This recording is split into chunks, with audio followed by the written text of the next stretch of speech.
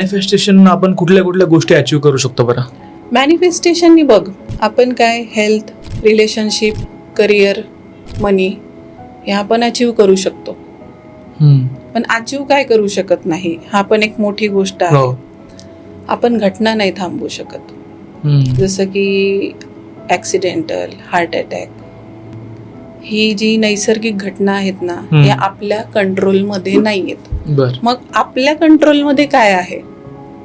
आपल्याला जर आपलं रिलेशन कुणातरी सोबत चांगलं करायचं आहे, मग आपल्याला काय करायचं आहे?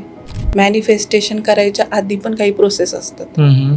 आता समजा मला 1 कोटी रुपये पाहिजे. आता रोज मी मॅनिफेस्ट करून जमणार आहे का?